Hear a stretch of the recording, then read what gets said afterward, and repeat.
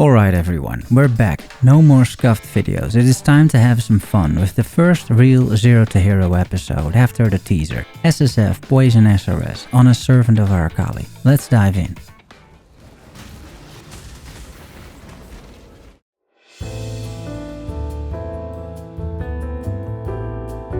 Let's start with the character overview. I made it to level 92, I have 5.6k life, I have around 79% elemental resistances, I even have a 77% chaos resistance, 56% block chance and 50% spell block chance, and I'm ailment immune. I'm not dying much if you don't rush headfirst into a pack of monsters. Damage has increased quite a bit as well, and the gear has progressed nicely.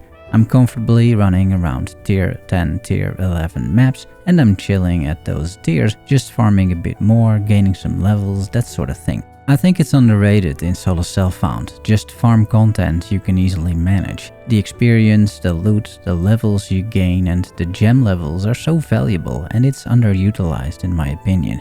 Many people feel they need to clear the Atlas ASAP, but there's no need really, especially with these idols. I have cleared a tier 15 map, it's possible, but it's just not that comfortable, so why not get a bit stronger first without dying? I also swapped from Helmbreaker's guide to mostly Gazi's guide, but I've made several adjustments as well. I will include the path building for your reference, it is so you can see the tree, gear, etc, the skills. I won't try to accurately represent the DPS there though. Last episode we were level 80 and still on a 4 link, so let's see what happens, shall we? There are a few aspects in progression I want to cover, but we're starting with the gear. In a tier 3 moon temple I finally get a 5 link from Ritual. A map later I can buy it, and in the hideout we benchcraft and color it, and there's the 5 link allowing me to add minion damage support. I sort of automated my flasks, still scuffed, but it saves me a bit of piano, and I got somewhat okay flasks in general, making me a lot more tanky with the armor. You don't see the cursor here by the way, because some footage is recorded on GeForce Now, and then it doesn't record the cursor for some reason. Another fix is capping minion poison hit chance with this crafted Ghastly Eye Jewel. Just spamming alteration orbs get the job done. I found a Stygian Vise, and with a small Harvest Lightning spam I roll this, very usable and a good amount of life. We do a very cheap anoint for more resistances on a shitty amulet, as we don't have many oils yet. We're getting more 5 links, this time from strongboxes. They're getting more common now, which is great. Ritual in that same map keeps delivering on them too. I decide I like this one a little better. I throw some essences at it. And yeah, I only need one as it turns out. I think a key part about SSF is to be mindful of your currency. So while this chest isn't amazing, maybe, it's an upgrade, it has double resistances, it has no life, meaning I can take the Atlas passive node for that, and I only spend 1 essence. I use the little eldritch currency I have, I craft spell block on it, and it's a great piece. I found another ground drop, this time a decent shield. 37% block, craft some spell block on it, life resistances, it's pretty good stuff. In a tier 3 mausoleum we drop a decent wand upgrade plus a good bone ring with dexterity on it. Then we're back to ground loot with 15 or so boots that drop here, and I always just pick them all up. One of them turned out to be amazing, and after a benchcraft it took my chaos resistance from 22% to 57%. There's another shield upgrade provided by Ritual again, and with a simple craft and coloring it's yet another upgrade. What is nice about this is that it brings my chaos res up to like 77%, the max res at least. That's pretty good. From ground I found a +1 level wand. I have to get lucky here with annulment orbs, as I don't have the beasts to beastcraft suffix into prefix, and I don't want to wait for that to happen. Unfortunately this time I didn't get lucky. I found this amazing ring with great base attributes, and after a small benchcraft that's an upgrade. I find a second amethyst ring closely afterwards, and using similar crafts I am now chaos resistance capped. I'm doing a lot of Abyss for experience and because I need the jewels and uniques, so here are some more crafts on the Ghastly Eye Jewel. Life, flat chaos and blind on hit, it's perfect. Another Ritual success, this amazing ring with tons of life and chaos res. Ritual absolutely rules in solo self-found, and don't let anyone tell you otherwise, especially in this event where finding synergy through idols is difficult. League mechanics that provide value without investment, like Ritual and Expedition, are good to run. I started to realize how important minion attack speed is, so I wanted to craft a new wand with a good roll. This is ultimately the result, and with an open suffix for the trigger craft, it's a decent upgrade again. I found another 5-link in Ritual and started crafting, and as I found a single tainted fusing, I thought what could possibly go wrong. First, I did some basic crafting, like you've seen before. I don't have much Eldritch currency, but the Fizz is lightning hit, which was great. Then, Tainted Currency only works on corrupted items, so I have to corrupt this 5-link. A lot can go wrong here, but a lot went right. And I actually crafted a Corrupted Implicit. 50% reduced damage taken from critical strikes. That's some great defensive stuff actually. And then the moment of truth, the 50-50. And of course, always lucky. So we got a 6-link. Colors aren't perfect, but workable. I'll show you later. As I haven't found any of the decent items for my Animate Guardian to wear, I'm just giving him random shit, with some pretty interesting findings that I thought I would share. So this guy is getting upgrades. You know, a regular Elberon's Warp Path for movement speed, chaos res and added chaos damage, a Dread Arc, a Blood Bond from a Ritual for life regeneration and a ton of max life, Victario's Charity providing frenzy charges and the occasional power charge. So here in this situation he is wearing a Dread Arc axe and a Victario's Charity because in my infinite wisdom I thought it would be a good idea to have him curse enemies with flammability as my minions also do fire damage. Only to realize this overrides the penance mark, completely scuffing my build. So I thought, use a White Wind then, maybe chill enemies might be useful. And then what happens? He loses the shield, which is actually useful as it provides frenzy charges, and starts wearing the White Wind in the offhand. What the fuck, dude, really? I didn't even know they could do that. After that, I didn't make many more mistakes, but yeah, just a few. He progressed using a Tempestuous Steel for really no apparent reason apart from that I wanted to get rid of the Dread Arc and you know, it's a always hit, so that's good. I gave him a Wake of Destruction that I got from creating uniques by beastcrafting in the menagerie. He drops Shocked Ground with this, applying 15% shocks. This is not consistent in any way, but it works from time to time. I gave him Loctonial Caress, thinking it would provide more charges. Turns out he doesn't kill much, and thus we don't gain charges at all. But you know, he's getting better, so let me show you what he's wearing right now. The helm is Devoto's Devotion for chaos res and movement speed. Chest is still Blood Bond, gloves the Loctonial.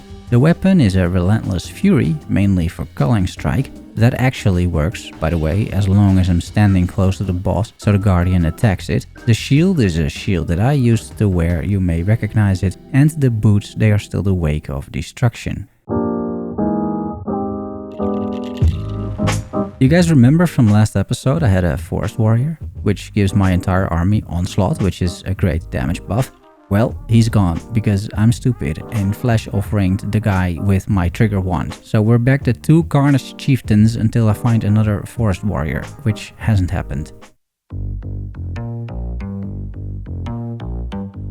I also made some build changes in general, the character progression. So the biggest is that I stopped following Helmbreaker's progression guide and went with Gazi instead. This means no aspect of the spider and actual spiders. And on my gear at the time, around level 84 maybe on a 5-link with literally 0 unique items, the spiders are absolutely the way to go. Their additional damage outperforms aspect of the spider significantly, again at this stage of the game. I think Hellbreaker's guide is suitable to get the best endgame character, but Gazi's is way more suitable for progression in SSF environments, if you are willing to make some changes. One of the changes I did is I crafted a medium and small cluster jewel. The medium one has Blessed Rebirth, which ensures your recently created minions, i.e. SRS, don't take damage for 4 seconds. This is a significant DPS buff in higher tier maps because they get killed over there, and if raging spirits are dead, they don't do damage. The small cluster jewel has uncompromising, reducing determination reservation.